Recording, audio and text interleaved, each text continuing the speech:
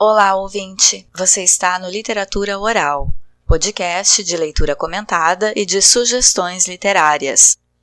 Eu sou Sabrina Siqueira, jornalista com doutorado em literatura. No episódio anterior, iniciei a leitura comentada de O Cortiço, de Aloísio Azevedo. Hoje vamos seguir a partir do capítulo 3.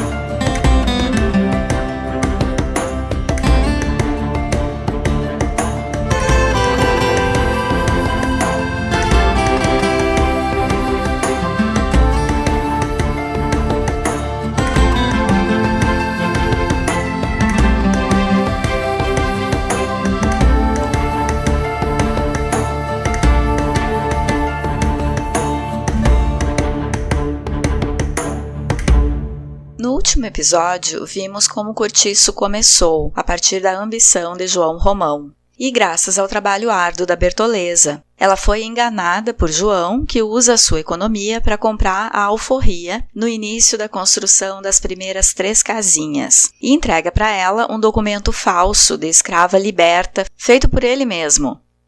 Naquela noite, João e Bertoleza comemoram com uma garrafa de vinho do Porto. Ela celebra a suposta liberdade. Ele comemora ter adquirido uma escrava, porque Bertoleza só mudou de dono. Ela tinha uma espécie de acordo com o antigo senhor de mandar uma quantia de dinheiro mensal para ele e, em troca, viver onde ela quisesse e trabalhar para o seu sustento. A Bertoleza não era uma escrava fugida, ela tinha um acordo com o antigo senhor, que sabia onde ela estava. João Romão é prático e usa a Bertoleza como uma escrava útil em diversas frentes. Ela trabalha como um bicho, cozinha e dá lucros com a venda das quitandas. Faz às vezes de atendente na mercearia dele, lava e arruma as roupas dele e é uma mulher para ele usar sem precisar gastar com prostitutas. Eu chamei esse acordo da Bertoleza com o seu senhor de terceirização. E acho bem moderno isso que eles tinham. Talvez isso acontecesse muito na época da escravidão. Algum senhor que perdeu terras ou que não precisava em casa de todos os seus escravos e permitia que esses escravos fossem arrumar emprego, talvez até em outra cidade, como a Bertoleza, mas que tinham que ficar pagando mensalmente um aluguel pela própria vida. Ao escrever sobre isso, Aloísio Azevedo antecipa em mais de um século a lei da terceirização, que passa a ser uma realidade no Brasil a partir de 2017, no governo Temer. Se antes a terceirização acontecia informalmente, essa lei permite que empresas terceirizem seus funcionários e, com isso, o trabalhador perde, porque essa lei não assegura qualquer garantia quanto à formação do vínculo, diretamente com a empresa tomadora de serviços. É a legalização da exploração. A Bertoleza trabalha duro e a maior parte do seu salário vai nesse pagamento por uma suposta liberdade. Com o pouquinho que sobra, ela vive mal e guarda para o seu sonho a carta de alforria. Coisa mais triste, né? Mas será que o que a Bertoleza faz está muito distante da forma como nós vivemos? A gente trabalha duro o mês inteiro e a maior parte vai no pagamento do aluguel, energia, compras no mercado, prestação de alguma compra. E o pouco que sobra, a maioria das pessoas vive mal e guarda para um sonho longínquo, de quem sabe algum dia fazer uma viagem, ter uma roupa nova, um eletrodoméstico que lhe traga conforto e comprar a casa própria, que nada mais é que a alforria do aluguel. Usando a maior parte do nosso salário nesses pagamentos, a gente é escravo do sistema, da vida moderna. Os nossos senhores são o proprietário do imóvel que a gente aluga para quem paga aluguel e as empresas cujos produtos a gente não fica sem, como a prestadora de energia, as redes de supermercados, os laboratórios que fazem nossos remédios. Eu agradeço pela relação desse fragmento com a lei da terceirização ao professor João Paulo Massotti, que faz doutorado em literatura e com quem eu converso sobre o romance e que me ajuda a pensar os roteiros. Obrigada, João. O João disse o seguinte: o pior é perceber que apesar de termos feito tudo o que fizemos, ainda somos os mesmos. Não, esse foi Belchior. O João disse: o pior é perceber que, assim como a Bertoleza, nós somos a força de produção. Não haveria empresa, por exemplo, sem mão de obra, que somos nós. Assim como não há o cortiço sem o trabalho da Bertoleza. Somos essenciais e, ao mesmo tempo, descartáveis. Pensem nisso. De certa forma, o Cortiço conta da organização humana no Brasil. Fala nos imigrantes que vieram enriquecer aqui, principalmente portugueses, e acabaram trabalhando duro para conseguir se destacar, mas alguns deles também exploraram como puderam brasileiros e pretos, escravos e alforriados. A gente viu que o Miranda é o vizinho burguês e ressentido da fortuna do João. Ele é infeliz, desconfia que a filha não seja dele e a esposa, Estela, vive tendo casos, inclusive com um estudante de 15 anos que fica na casa deles, o Henrique. O casal é pego no flagra pelo Botelho, um agregado parasita que mora na casa do Miranda. A forma como o velho Botelho fala com o Henrique, incentivando ele a aproveitar todas as mulheres que derem mole, evitando as donzelas, para não ter dor de cabeça, quer dizer, evitar uma gravidez pela qual ele tenha de se responsabilizar. Esses conselhos de que o Henrique desfrute dos prazeres, sem peso na consciência, me lembra de outro romance de 1890, mesmo ano da publicação de O Cortiço. É O Retrato de Dorian Gray, do irlandês Oscar Wilde. Em O Retrato de Dorian Gray, Lord Henry Wotton, um homem mais velho e amargo como Botelho, apresenta ao jovem e inocente Dorian Gray a efemeridade da beleza e os horrores da decadência física, o que faz com que o rapaz queira reter sua juventude em um quadro. Como os dois livros são do mesmo ano, não se pode dizer que Aloysio Azevedo foi influenciado pela leitura de Oscar Wilde, mas podemos inferir que essa ideia, a possibilidade de um jovem inocente ser corrompido por um homem maduro e inescrupuloso, estava pairando como uma verdade provável de acontecer no fim do século XIX.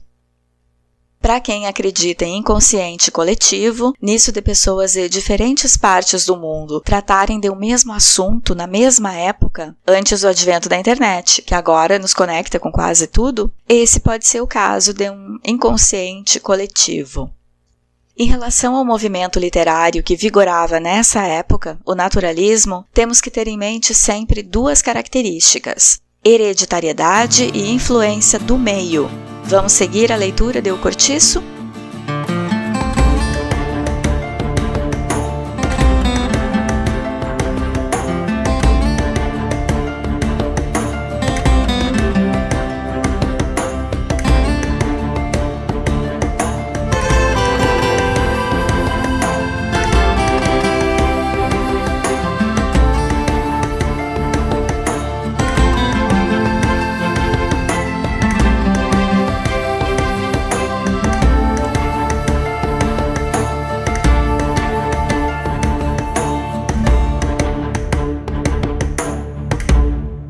Capítulo 3. Eram 5 horas da manhã e o Cortiço acordava, abrindo não os olhos, mas a sua infinidade de portas e janelas alinhadas. Um acordar alegre e farto de quem dormiu de uma assentada 7 horas de chumbo. Como que se sentiam ainda na indolência de neblina as derradeiras notas da última guitarra da noite antecedente, dissolvendo-se a luz loura e tenra da aurora, que nem um suspiro de saudade perdido em terra alheia.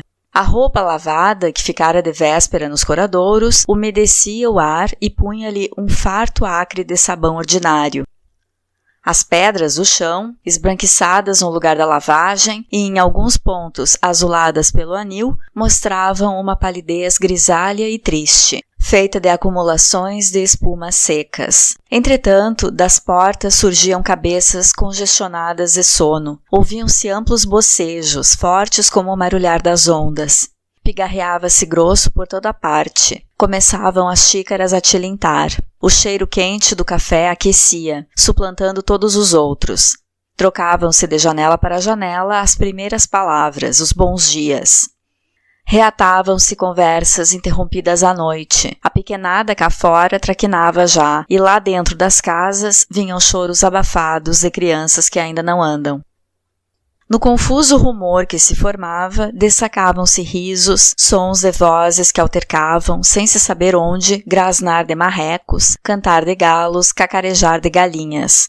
De alguns quartos saíam mulheres que vinham pendurar cá fora, na parede, a gaiola do papagaio, e os louros, à semelhança dos donos, cumprimentavam-se ruidosamente, espanejando-se à luz nova do dia.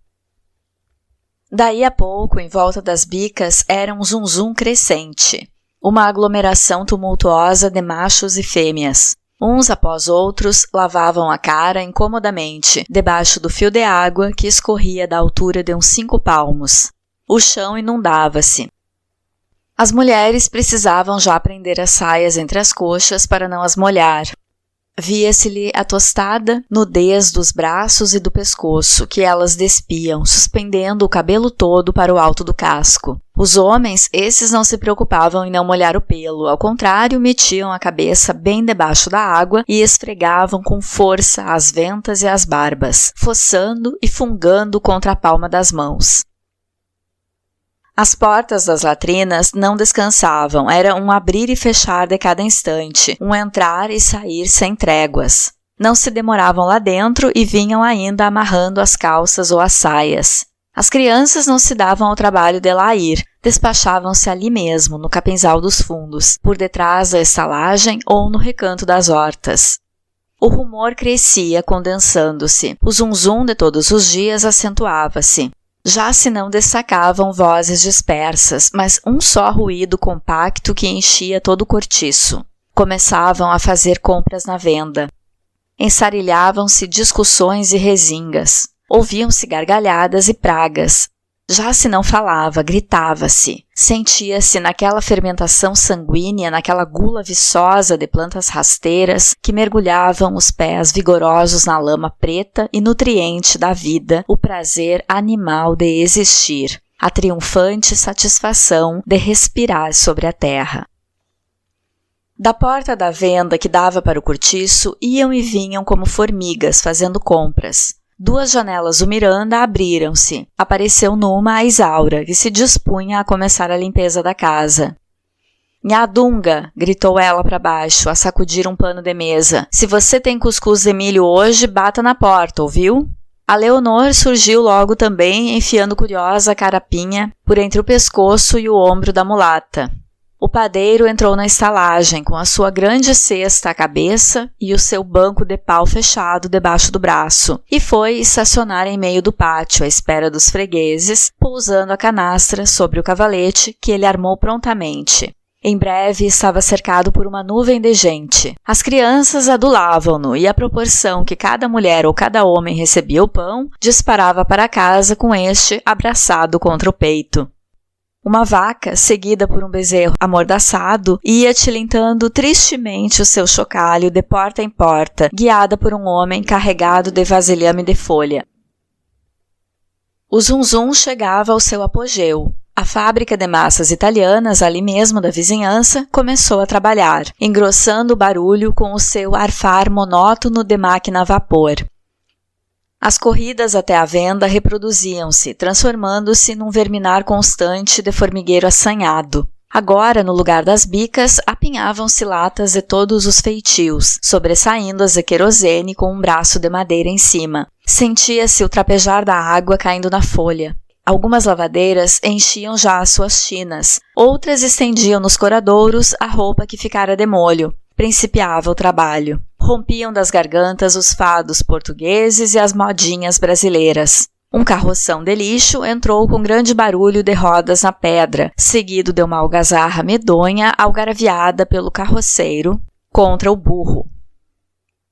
E durante muito tempo fez-se um vai-vem de mercadores. Apareceram os tabuleiros de carne fresca e outros de tripas e fatos de boi. Só não vinham hortaliças, porque havia muitas hortas no cortiço. Vieram os ruidosos mascates, com as suas latas de quinquilharia, com as suas caixas de candeeiros e objetos de vidro e com o seu fornecimento de caçarolas e chocolateiras, de folhas de Flandres.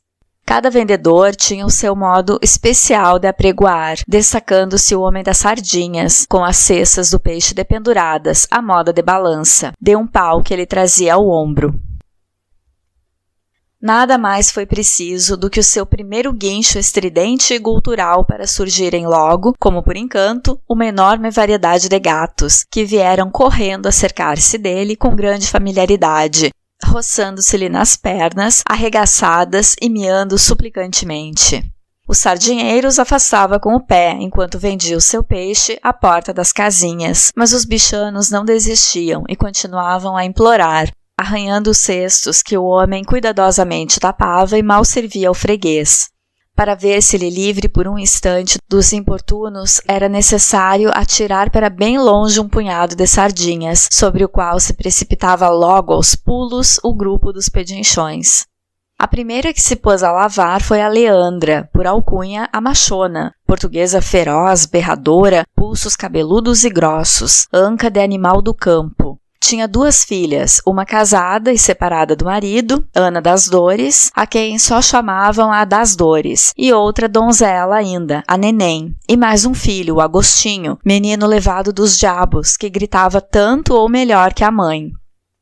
A das Dores morava em sua casinha à parte, mas toda a família habitava no cortiço. Ninguém ali sabia ao certo se a machona era viúva ou desquitada. Os filhos não se pareciam uns com os outros.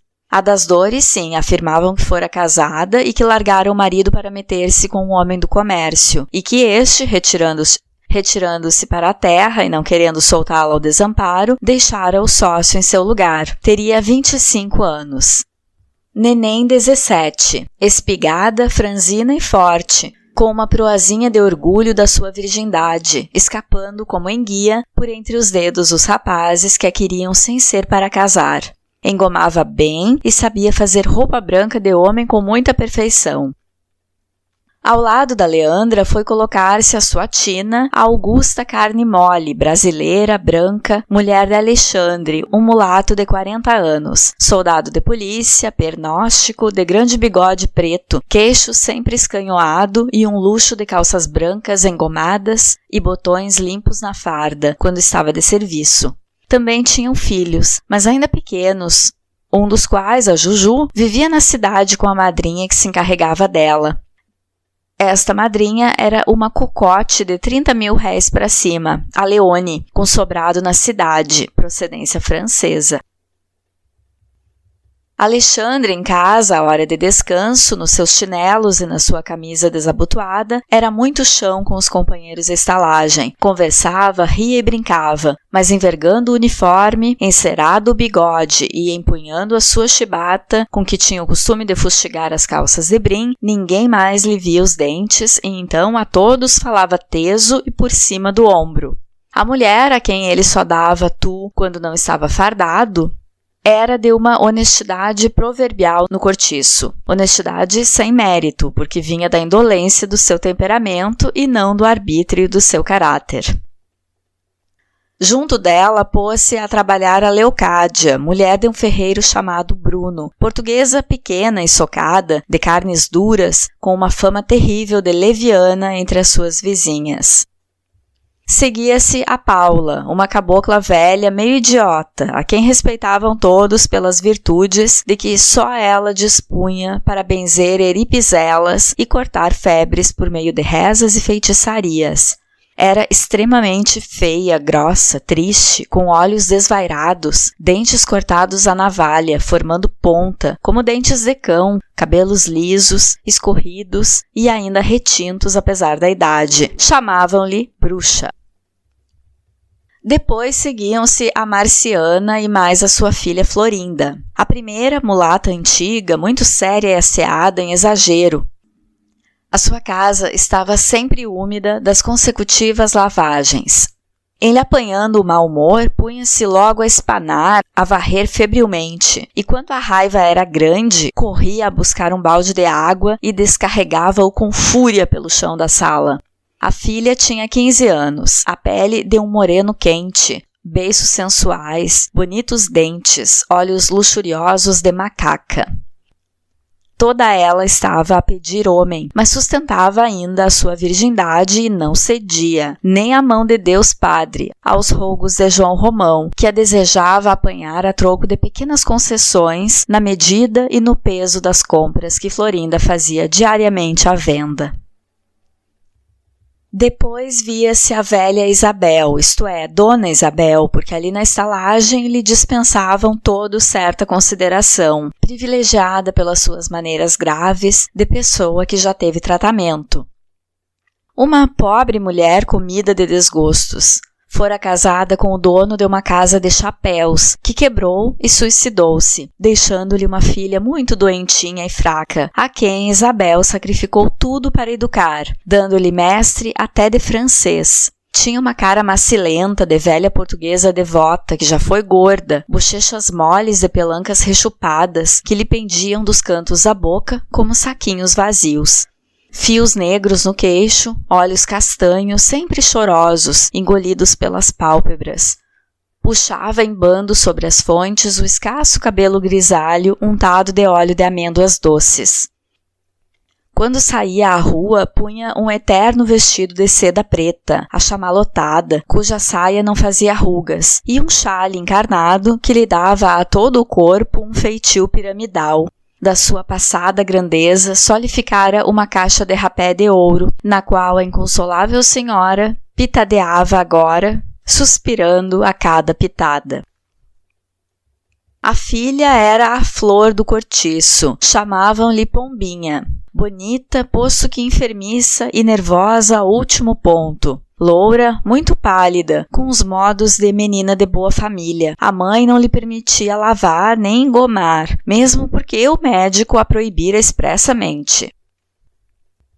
Tinha o seu noivo, João da Costa, moço do comércio, estimado do patrão e dos colegas, com muito futuro, e que a adorava e conhecia desde pequenita. Mas Dona Isabel não queria que o casamento se fizesse já. É que Pombinha, orçando, aliás, pelos 18 anos, não tinha ainda pago à natureza o cruento tributo da puberdade, apesar do zelo da velha e dos sacrifícios que essa fazia para cumprir à risca as prescrições do médico e não faltar à filha o menor desvelo.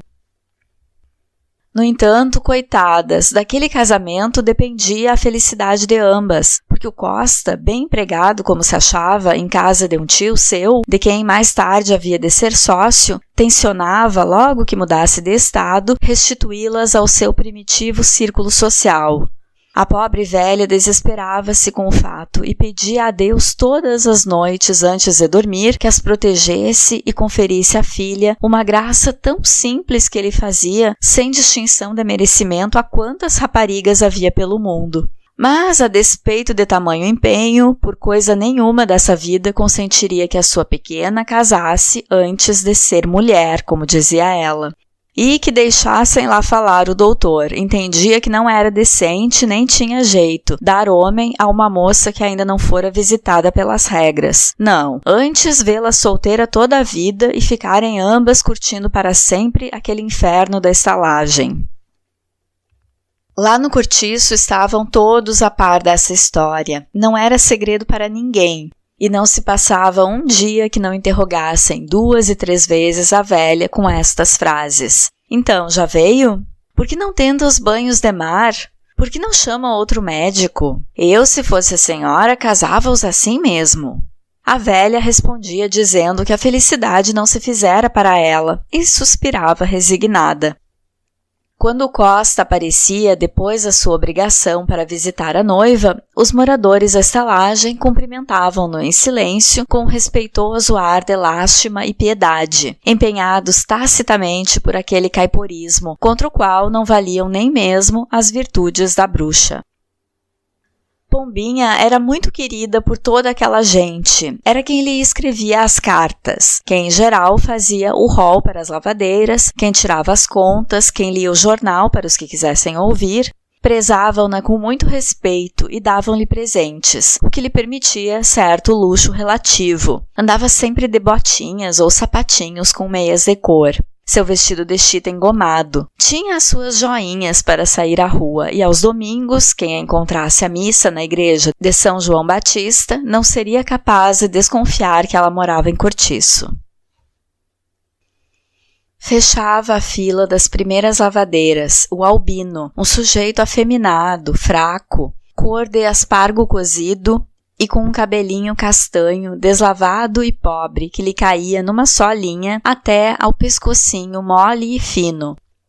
Era lavadeiro e vivia sempre entre as mulheres, com quem já estava tão familiarizado que elas o tratavam como uma pessoa do mesmo sexo. Em presença dele, falavam de coisas que não exporiam em presença de outro homem. Faziam-no até confidente dos seus amores e das suas infidelidades, com uma franqueza que o não revoltava nem comovia. Quando um casal brigava ou duas amigas se disputavam, era sempre Albino quem tratava de reconciliá-los, exortando as mulheres à concórdia. Dantes encarregava-se de cobrar o rol das colegas por amabilidade, mas uma vez, indo a uma república de estudantes, deram-lhe lá, ninguém sabia porquê, uma dúzia de bolos, e o pobre diabo jurou, então, entre lágrimas e soluços, que nunca mais se incumbiria de receber os róis. E daí em diante, com efeito, não arredava os pezinhos do cortiço, a não ser nos dias de carnaval, em que ia vestido de dançarina, passear à tarde pelas ruas e à noite dançar nos bailes dos teatros. Tinha verdadeira paixão por esse divertimento. Ajuntava dinheiro durante o ano para gastar todo com a mascarada. E ninguém o encontrava, domingo ou dia de semana, lavando ou descansando, que não estivesse com a sua calça branca engomada, a sua camisa limpa, um lenço ao pescoço e, amarrado à cinta, um avental que lhe caía sobre as pernas como uma saia. Não fumava, não bebia espíritos e trazia sempre as mãos geladas e úmidas. Naquela manhã levantara-se ainda um pouco mais lânguido que de costume, porque passara mal a noite. A velha Isabel, que lhe ficava ao lado esquerdo, ouvindo-o suspirar com insistência, perguntou-lhe o que tinha. Ah, muita moleza de corpo e uma pontada do vazio que não o deixava. A velha receitou diversos remédios, e ficaram os dois, no meio de toda aquela vida, a falar tristemente sobre moléstias. E enquanto no resto da fileira a machona, a Augusta, a Leocádia, a bruxa, a Marciana e sua filha conversavam de tina a tina, berrando e quase sem se ouvirem, a voz um tanto cansada já pelo serviço, defronte delas, separado pelos jiraus, formava-se um novo renque de lavadeiras, que acudiam de fora, carregadas de trouxas, e iam ruidosamente tomando lugar ao lado umas das outras, entre uma agitação sem tréguas, onde se não distinguia o que era galhofa e o que era briga. Uma a uma ocupavam-se todas as tinas, e de todos os casulos do cortiço saíam homens para suas obrigações.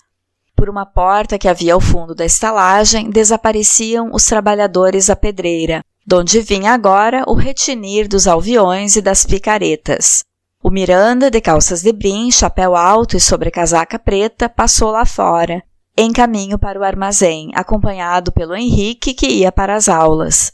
O Alexandre, que estivera de serviço essa madrugada, entrou solene, atravessou o pátio, sem falar a ninguém, nem mesmo a mulher, e recolheu-se à casa para dormir. Um grupo de mascates, o Delporto, o Pompeu, o Francisco e o André, armado cada qual com a sua grande caixa de bugigangas, saiu para a peregrinação de todos os dias, altercando e praguejando em italiano. Um rapazito de paletó entrou da rua e foi perguntar à machona pela nhá Rita. A Rita baiana? Sei cá, faz amanhã 8 dias que ela arribou. A Leocádia explicou logo que a mulata estava com certeza de pândega com o Firmo. Que Firmo? Interrogou Augusta. Aquele cabravasco que se metia às vezes aí com ela, diz que é torneiro. Ela mudou-se? Perguntou o pequeno. Não, disse a machona, o quarto está fechado, mas a mulata tem coisas lá. Você o que queria? Vinha buscar uma roupa que está com ela. Não sei, filho, pergunta na venda ao João Romão que talvez você possa dizer alguma coisa. Ali? Sim, pequeno, naquela porta onde a preta do tabuleiro está vendendo. Ó, diabo, olha que pisas a boneca de anil. Já se viu que sorte? Parece que não vê onde pisa este raio de criança.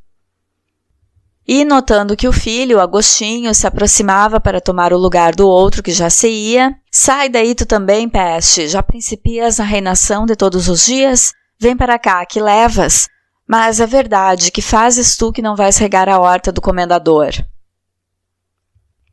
Ele disse ontem que eu agora fosse à tarde, que era melhor.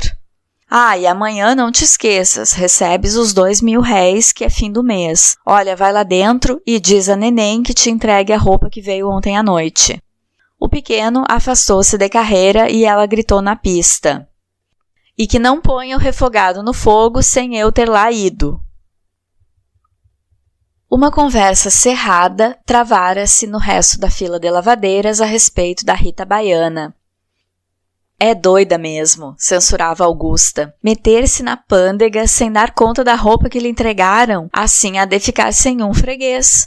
Aquela não endireita mais, cada vez fica até mais assanhada, parece que tem fogo no rabo. Pode haver o serviço que houver, aparecendo pagode vai tudo pro lado. Olha o que saiu ano passado com a festa da Penha. Então agora com este mulato firmo é uma pouca vergonha. Estro dia, pois você não viu? Levaram aí numa bebedeira a dançar e cantar a viola, que nem sei o que parecia, Deus te livre. Para tudo há horas e há dias. Para Rita todos os dias são dias santos, a questão é aparecer quem puxe por ela. Ainda assim não é má criatura, tirante o defeito da vadiagem. Bom coração tem ela, até demais, que não guarda um vintém para o dia de amanhã. Parece que o dinheiro lhe faz comichão no corpo. Depois é que são elas, o João Romão já lhe não fia. Pois olhe que a Rita lhe tem enchido bem as mãos, quando ela tem dinheiro é porque o gasta mesmo. E as lavadeiras não se calavam, sempre a esfregar e a bater e a torcer camisas e ceroulas, esfogueadas já pelo exercício. Ao passo que, em torno da sua tagarelice, o cortiço se embandeirava todo de roupa molhada, de onde o sol tirava cintilações de prata. Estavam em dezembro e o dia era ardente. A grama dos coradouros tinha reflexos esmeraldinos. As paredes que davam frente ao nascente, caiadinhas de novo, reverberavam iluminadas, ofuscando a vista. Em uma das janelas da sala de jantar do Miranda, Dona Estela e Zulmira, ambas vestidas de claro e ambas a limarem as unhas, conversavam em voz surda, indiferentes à agitação que ia lá embaixo, muito esquecidas na sua tranquilidade de entes felizes. Entretanto, agora o maior movimento era na venda à entrada da estalagem.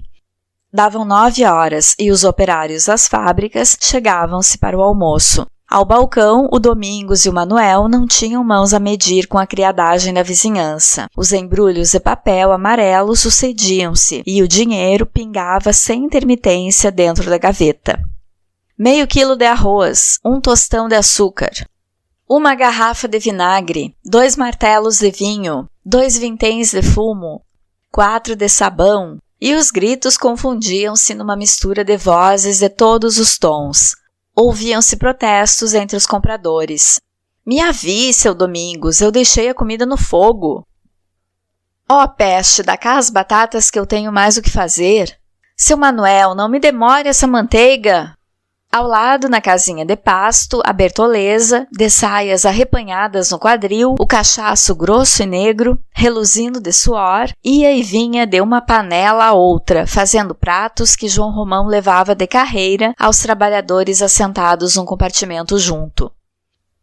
Admitira-se um novo caixeiro só para o frege, e o rapaz, a cada comensal que ia chegando, recitava em tom cantado e estridente a sua interminável lista das comidas que havia. Um cheiro forte de azeite frito predominava. O parati circulava por todas as mesas, e cada caneca de café, de louça espessa, erguia um vulcão de fumo, tresandando a milho queimado. Uma algazarra medonha, em que ninguém se entendia. Cruzavam-se conversas em todas as direções, discutiam-se a berros com valentes punhadas sobre as mesas, e sempre a sair e sempre a entrar gente, e os que saíam, depois daquela comezaina grossa, iam radiantes de contentamento, com a barriga bem cheia a arrotar. Num banco de pau tosco, que existia do lado de fora, junto à parede perto da venda, um homem de calça e camisa de zuarte, chinelos de couro cru, esperava havia já uma boa hora para falar com o vendeiro. Era um português de seus 35 a 40 anos, alto, espadaúdo, barbas ásperas, cabelos pretos e maltratados caindo-lhe sobre a testa, por debaixo de um chapéu de feltro ordinário, pescoço de touro e cara de Hércules, no qual os olhos, todavia, humildes como os olhos de um boi de canga, exprimiam tranquila bondade. Então, ainda não se pode falar ao homem? Perguntou ele, indo ao balcão entender-se com o Domingos. O patrão está agora muito ocupado. Espere. Mas são quase 10 horas e estou com um gole de café no estômago. Volte logo. Moro na Cidade Nova, é um estirão daqui. O caixeiro gritou então para a cozinha, sem interromper o que fazia. O homem que aí está, seu João, diz que se vai embora. Ele que espere um pouco que já lhe falo, respondeu o vendeiro no meio de uma carreira. Diga-lhe que não vá. Mas é que ainda não almocei e estou aqui a tinir, observou Hércules com a sua voz grossa e sonora. Ó, filho, almoce aí mesmo. Aqui o que não falta é de comer. Já podia estar aviado. Pois vá lá, resolveu o homenzarrão, saindo da venda para entrar na casa de pasto, onde os que lá se achavam o receberam com ar curioso, medindo-o da cabeça aos pés, como faziam sempre com todos os que aí se apresentavam pela primeira vez. E assentou-se a uma das mesinhas, vindo logo o caixeiro cantar-lhe a lista dos pratos. Traga lá o pescado com batatas e veja um martelo de vinho. Quer verde ou virgem? Venha o verde, mas anda com isso, filho, que já não vem sem tempo. Capítulo 4. Meia hora depois, quando João Romão se viu menos ocupado, foi ter com o sujeito que o procurava e assentou-se defronte dele, caindo de fadiga, mas sem se queixar, nem se lhe trair a fisionomia o menor sintoma de cansaço. — Você vem da parte do Machucas? — perguntou-lhe. Ele falou-me de um homem que sabe calçar pedra, lascar fogo e fazer lajedo. — Sou eu. — Estava empregado em outra pedreira? — Estava e estou. Na de São Diogo, mas desgostei-me dela e quero passar adiante. Quanto lhe dão lá? 70.000 réis. Oh, isso é um disparate. Não trabalho por menos. Eu, o maior ordenado que faço é de 50. 50 ganha um macaqueiro. Ora, tenho aí muitos trabalhadores de lajedo por esse preço. Duvido que prestem. Aposto a mão direita em como o senhor não encontra por 50.000 réis quem dirija a broca, pese a pólvora e lasque fogo, sem lhe estragar a pedra e sem fazer desastres. Sim, mas 70.000 réis é um ordenado impossível. Nesse caso, vou como vim. Fica o dito por não dito. 70.000 réis é muito dinheiro. Cá por mim, entendo que vale a pena pagar mais um pouco a um trabalhador bom do que está a sofrer desastres como o que sofreu sua pedreira semana passada, não falando na vida do pobre do Cristo que ficou debaixo da pedra. Ah, o Machucas falou-lhe no desastre? Contou-mo, sim, senhor, e o desastre não aconteceria se o homem soubesse como fazer o serviço. Mas 70.000 réis é impossível, desça um pouco. Por menos não me serve, e escusamos de gastar palavras. Você conhece a pedreira? Nunca a vi de perto, mas quis me parecer que é boa, de longe cheirou-me a granito. Espere um instante. João Romão deu um pulo à venda, deixou algumas ordens, enterrou um chapéu na cabeça e voltou a ter com outro. Ande a ver, gritou-lhe da porta do frege, que a pouco se esvaziara de todo. O cavouqueiro pagou 12 vinténs pelo seu almoço e acompanhou-o em silêncio. Atravessaram o cortiço. A labutação continuava. As lavadeiras tinham já ido almoçar e tinham voltado de novo para o trabalho. Agora estavam todas de chapéu de palha, apesar das toldas que se armaram. Um calor decáustico mordia-lhes os toutiços em brasa e cintilantes de suor. Um estado febril apoderava-se delas naquele rescaldo. Aquela digestão feita ao sol fermentava-lhes o sangue.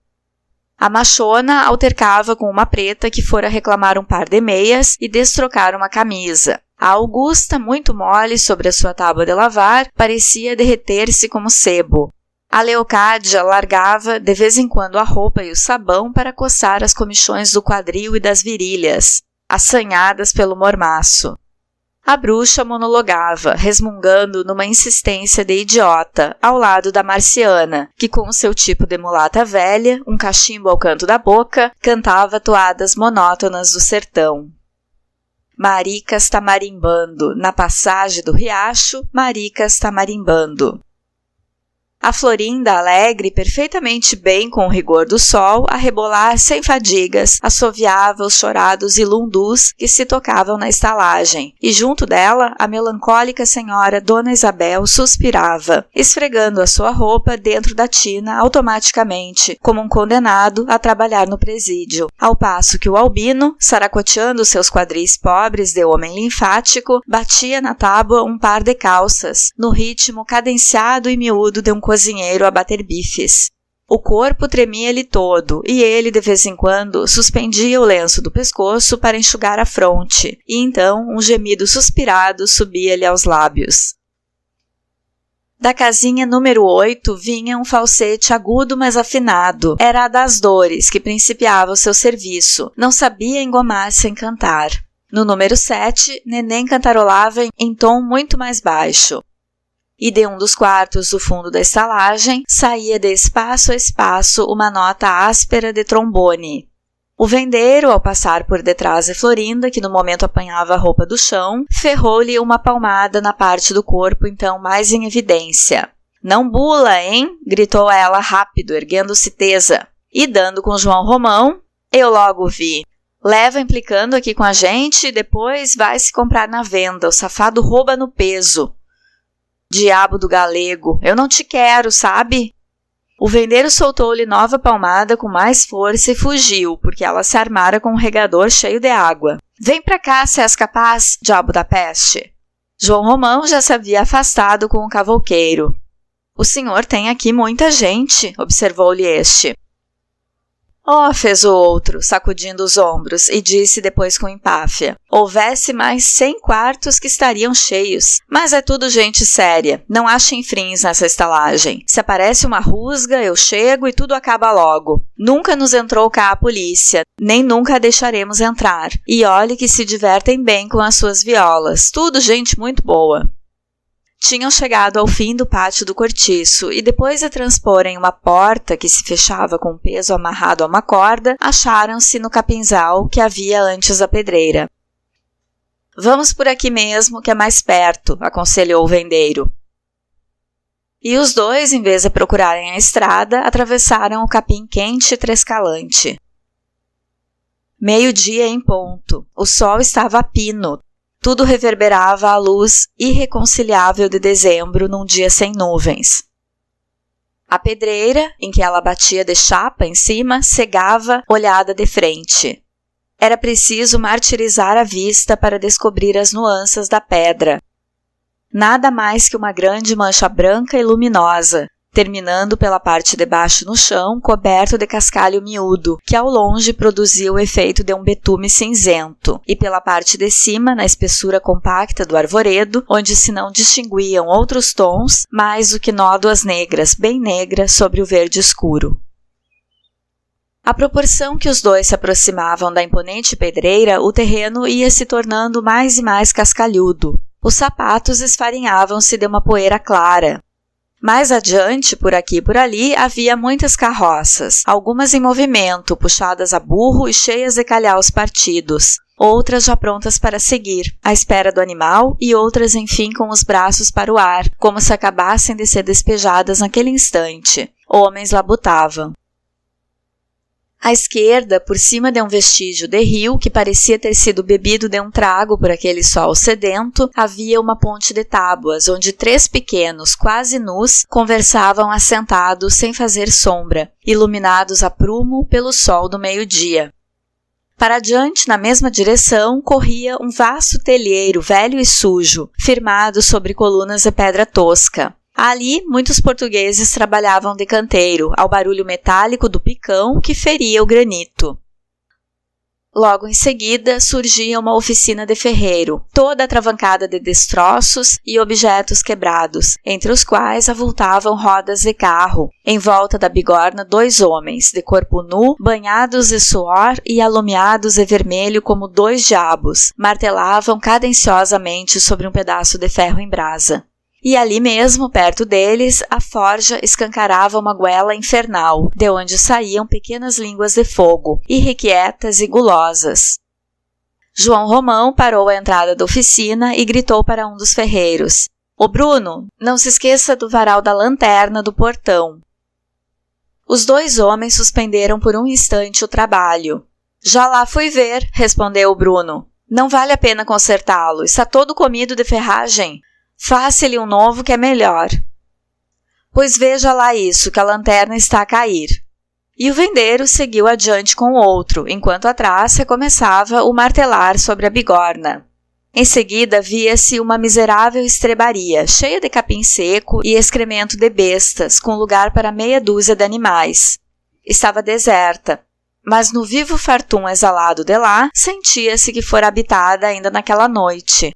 Havia depois um depósito de madeiras, servindo ao mesmo tempo de oficina de carpinteiro, tendo à porta troncos de árvore, alguns já serrados, muitas tábuas empilhadas, restos de cavernas e mastros de navios.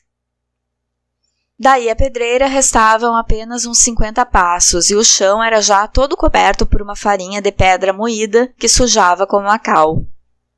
Aqui e ali, por toda a parte, encontravam-se trabalhadores, uns ao sol, outros debaixo de pequenas barracas, feitas de lona ou de folhas de palmeira. De um lado, cunhavam pedra cantando, de outro, a quebravam a picareta, de outro, afeiçoavam lajedos à ponta de picão. Mais adiante, faziam paralelepípedos a escopro e macete. E todo aquele retintim de ferramentas, e o martelar da forja, e o coro dos que lá em cima brocavam a rocha para lançar-lhe fogo, e a surda zoada ao longe que vinha do cortiço, como de uma aldeia alarmada, tudo dava a ideia de uma atividade feroz, de uma luta de vingança e de ódio. Aqueles homens gotejantes de suor, bêbados de calor, desvairados em insolação, a quebrarem, a espicaçarem, a torturarem a pedra. Pareciam um punhado de demônios revoltados na sua impotência contra o impassível gigante que os contemplava com desprezo, imperturbável a todos os golpes e a todos os tiros que lhe desfechavam no dorso, deixando sem um gemido que lhe abrissem as entranhas de granito. O membrudo cavouqueiro havia chegado à fralda do orgulhoso monstro de pedra. Tinha-o cara a cara, mediu de alto a baixo, arrogante, num desafio surdo. A pedreira mostrava nesse ponto de vista o seu lado mais impotente. Descomposta, com o escalavrado flanco exposto ao sol, erguia-se altaneira e desassombrada, afrontando o céu, muito íngreme, lisa, escaldante e cheia de cordas, que mesquinhamente lhe escorriam pela ciclópica nudez com um efeito de teias de aranha.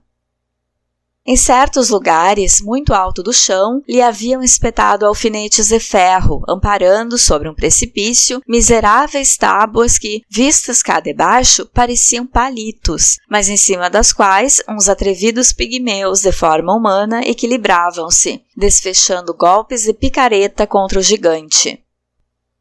O cavouqueiro meneou a cabeça com ar de lástima. O seu gesto desaprovava todo aquele serviço. "Veja lá", disse ele, apontando para certo ponto da rocha. "Olhe para aquilo." Sua gente tem ido às cegas no trabalho dessa pedreira. Deviam atacá-la justamente por aquele outro lado para não contrariar os veios da pedra. Esta parte aqui é toda granito, é a melhor. Pois olhe só o que eles têm tirado de lá. Umas lascas, uns calhaus que não servem para nada. É uma dor de coração ver estragar assim uma peça tão boa. Agora, o que hão de fazer dessa cascalhada que aí está, senão macacos? E brada aos céus, creia, ter pedra desta ordem para empregá-la em macacos. O vendeiro escutava-o em silêncio, apertando os beiços, aborrecido com a ideia daquele prejuízo. Uma porcaria de serviço, continuou o outro. Ali onde está aquele homem é que deviam ter feito a broca. Por que a explosão punha abaixo toda esta aba que é separada por um veio? Mas quem tem aí o senhor capaz de fazer isso? Ninguém, porque é preciso um empregado que saiba o que faz. Que, se a pólvora não for muito bem medida, nem só não se abre o veio, como ainda sucede ao trabalhador o mesmo que sucedeu ao outro. É preciso conhecer muito bem o trabalho para se poder tirar partido vantajoso dessa pedreira. Boa é ela, mas não nas mãos de quem está. É muito perigosa nas explosões, é muito em pé. Quem lhe lascar fogo não pode fugir, senão para cima pela corda. E se o sujeito não for fino, leva o demo. Sou eu quem o diz. E depois de uma pausa, acrescentou tomando na sua mão, grossa como o próprio cascalho, um paralelepípedo que estava no chão. Que digo eu, cá está, macacos de granito. Isto até é uma coisa que estes burros deviam esconder por vergonha. Acompanhando a pedreira pelo lado direito e seguindo-a na volta que ela dava depois, formando um ângulo obtuso, é que se via quanto era grande. Suava-se bem antes de chegar ao seu limite com a mata. Que mina de dinheiro, dizia o homenzarrão, parando entusiasmado defronte do novo pano de rocha viva, que se desdobrava na presença dele. Toda essa parte que se segue agora, declarou João Romão, ainda não é minha. E continuaram a andar para diante. Deste lado multiplicavam-se as barraquinhas. Os macaqueiros trabalhavam à sombra delas, indiferentes àqueles dois. Viam-se panelas ao fogo, sobre 4 pedras, ao ar livre, e rapazitos tratando do jantar dos pais. De mulher nem sinal. De quando em quando, na penumbra de um ensombro de lona, dava-se com um grupo de homens comendo decócoras defronte uns dos outros, uma sardinha na mão esquerda, um pão na direita, ao lado de uma garrafa de água. Sempre o mesmo serviço mal feito e mal dirigido, resmungou o cavouqueiro. Entretanto, a mesma atividade parecia reinar por toda parte. Mas lá no fim, debaixo dos bambus que marcavam o limite da pedreira, alguns trabalhadores dormiam à sombra, de papo para o ar, a barba espetando para o alto, o pescoço entumecido de cordoveias grossas, como enxárcias de navio, a boca aberta, a respiração forte e tranquila de animal sadio, num feliz e pletórico resfolgar de besta cansada. Que relaxamento! Resmungou de novo o cavouqueiro. Tudo isso está a reclamar um homem teso que olha sério para o serviço. Eu nada tenho a ver com este lado, observou Romão. Mas lá da sua banda hão de fazer o mesmo, olará. Abusam, porque tenho de olhar pelo negócio lá fora. Comigo aqui é que eles não fariam cera, isso juro eu.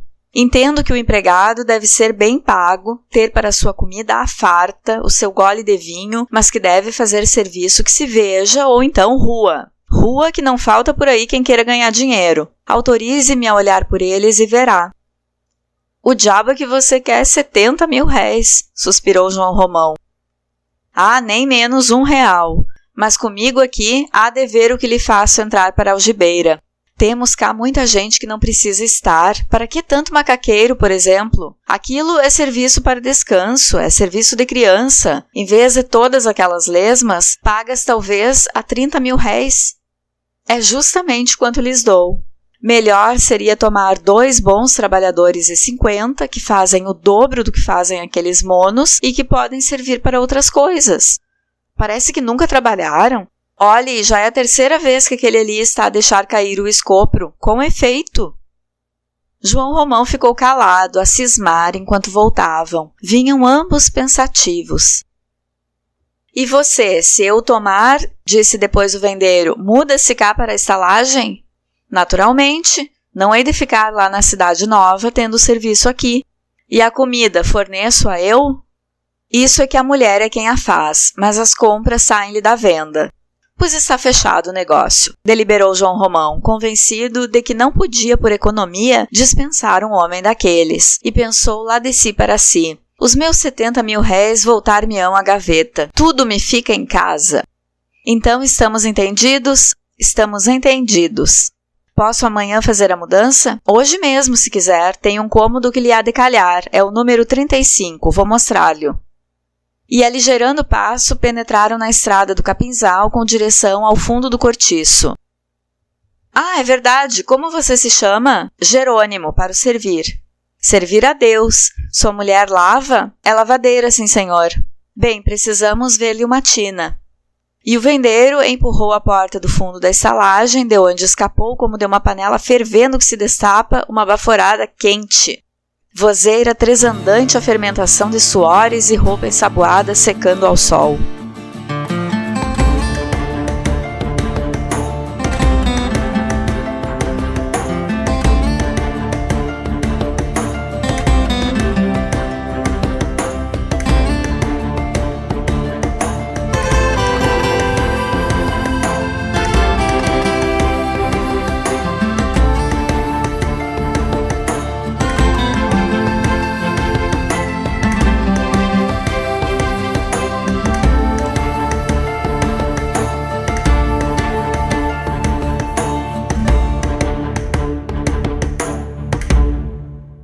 Na leitura de hoje, vimos um dia na rotina do cortiço, desde o amanhecer.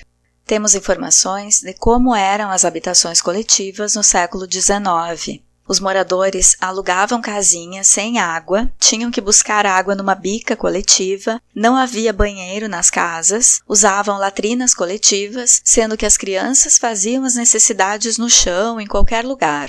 E isso nos dá notícia das condições de falta de saneamento e podemos ter uma ideia do quanto de doenças se proliferavam pela falta de higiene.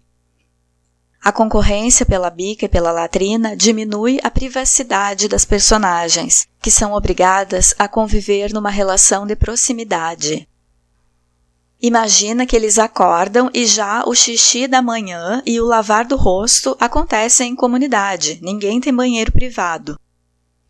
As personagens de O Cortiço não são tratadas como indivíduos, mas como machos e fêmeas existindo mecanicamente, trabalhando, atendendo a seus instintos, dormindo, acordando para trabalhar de novo e seguir nesse ciclo até a morte. O narrador sugere que são felizes só pelo fato de existir, de respirar sobre a terra.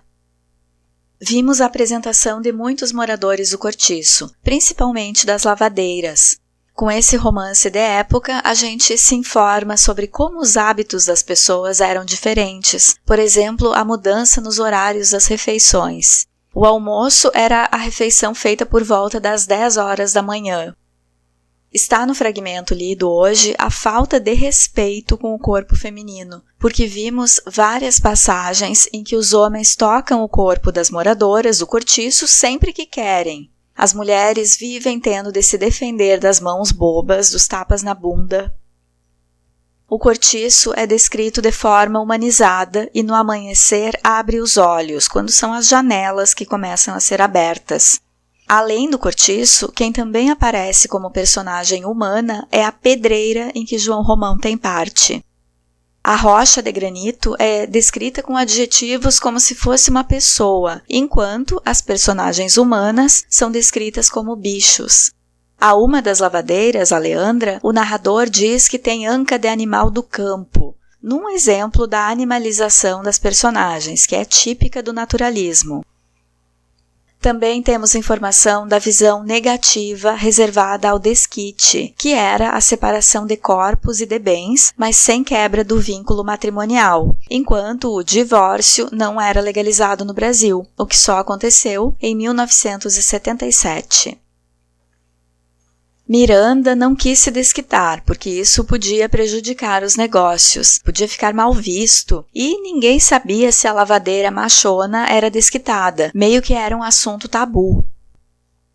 No final da leitura de hoje, João Romão contrata Jerônimo para trabalhar na pedreira, mesmo ele cobrando bem mais que os outros. O vendeiro concorda porque sabe que todo o dinheiro pago ao funcionário volta nas compras no armazém, no pequeno restaurante e no aluguel da casa no cortiço.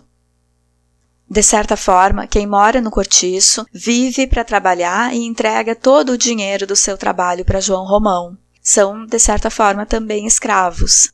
Morreu um trabalhador da pedreira, mas o proprietário, que é o João Romão, não se importa e logo substitui por outro que vai render mais lucro, que é o Jerônimo. Revisando sobre o naturalismo. Na segunda metade do século XIX, o Ocidente vivia um período de grandes transformações, com a segunda Revolução Industrial. O cientificismo ganha espaço entre os pensadores e surgem correntes filosóficas e teorias como o positivismo, de Auguste Comte, o evolucionismo, de Charles Darwin, o socialismo científico, de Marx e Engels, e o determinismo, de Taine, que defendia que o comportamento humano é determinado por 3 fatores: o meio, a raça e o momento histórico, e isso vem a ser a base do pensamento naturalista. Sob essa perspectiva racionalista e materialista, os intelectuais observam o impacto social da industrialização e do liberalismo. Lembra que em frente ao cortiço abriu uma fábrica de massas italianas. E a própria estalagem, fruto da especulação imobiliária que encarecia as moradias mais decentes, é o início do sistema de favelas das grandes cidades. Tipos sem caráter, como João Romão, viram na construção desses cortiços um meio de ganhar dinheiro em cima das pessoas que procuravam a cidade grande para trabalhar nas fábricas, para encontrar algum trabalho de lavadeira que fosse. Aliás, vocês viram que revolução foi a máquina de lavar roupa? Que sofrimento as lavadeiras embaixo do sol forte, lidando na roupa suja de gente estranha, carregando trouxa, esfregando, hein? Por hoje, fico por aqui, torcendo para que a artimanha desse governo nojento de aumentar os impostos sobre os livros não vingue. A leitura de bons livros não é um luxo para ficar restrito a uma elite, é um direito.